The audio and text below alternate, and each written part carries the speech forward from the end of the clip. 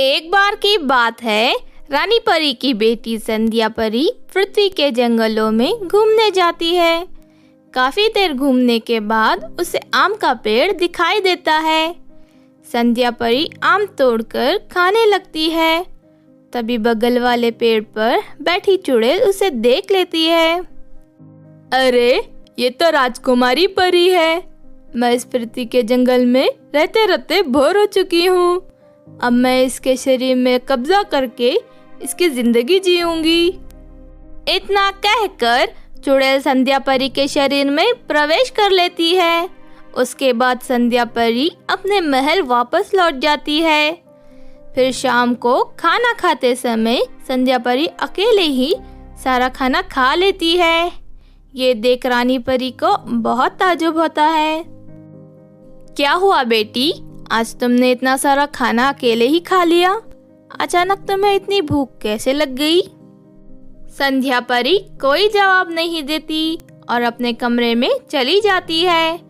तभी संध्या परी के शरीर में रहने वाली चुड़ैल उससे कहती है, परी देश के खाने में जरा भी स्वाद नहीं है। इंसानों का मांस खाए बिना मुझे मजा नहीं आता। उसके बाद संध्या परी पृथ्वी पर जाकर एक आदमी को मारकर अपने महल ले आती है और उसका मांस खाकर हड्डियां महल के पीछे फेंक देती है। इस तरह रोज रोज संध्या परी पृथ्वी के किसी न किसी इंसान को मारकर खाना शुरू कर देती है। फिर एक दिन, अरे हमारे महल के पीछे इतनी सारी हड्डियां कहाँ से आ गई? मुझे तो ये हड्डियां इंसानों की लग रही है। अरे तेरा दिमाग खराब हो गया है क्या? हमारे परिदेश में इंसानों को मारकर कोई नहीं खाता। ये जरूर किसी मरे हुए जानवर की हड्डियां होगी जो कोई कुत्ता यहाँ घसीट कर ले आया होगा। चल जल्दी से उठाकर इन्हें फेंक देते हैं, वरना अगर रानी परी ने देख लिया तो हम पर नाराज होगी। उसके बाद दोनों दासियां इंसानों की हड्डियां उठाकर दूर फेंक देते हैं। दूसरी तरफ संध्या परी रोज इंसानों का मांस खाना जारी रखती है। फिर एक दिन दासी उसे मांस खाते हुए देख लेती है। वो फौरन भागकर रानी परी को सारी बात बता देती है।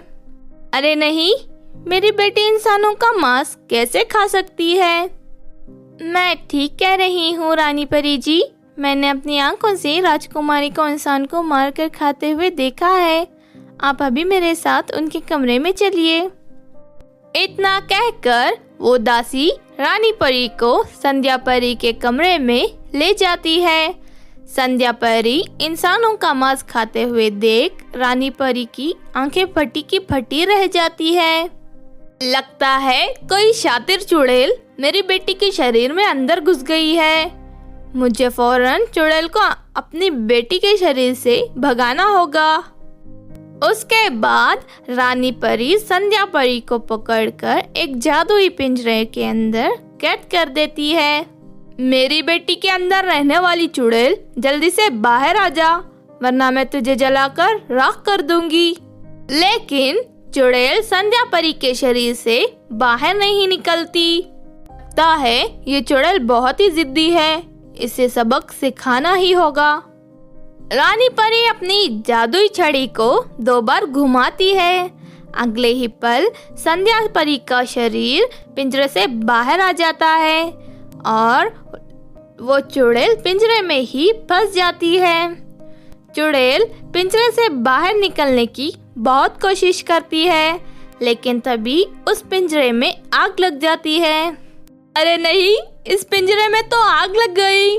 रानी जी, मुझे इस दुनिया से बाहर निकाल दीजिए। मैं हमेशा के लिए यहाँ से भाग जाऊंगी।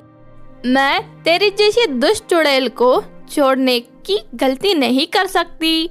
ना जाने आज तक तूने कितनी मासूम इंसानों को जान से मारकर खा लिया होगा। आज तुझे मरना ही होगा। अरे नहीं, अब मैं क्या करूं? तभी पिंजरे में लगी आग बढ़ जाती है और चुड़ैल का शरीर जलने लगता है। अरे नहीं, कोई बचाओ मुझे। तुझ जैसी धोखेबाज चुड़ैल का यही अंजाम होता है। फिर देखते ही देखते पिंजरे में कैद चुड़ैल जलकर राख हो जाती है। इस तरह सब कुछ ठीक हो जाता है और संध्या परी फिर से हंसी खुशी अपनी जिंदगी जीने लगती है।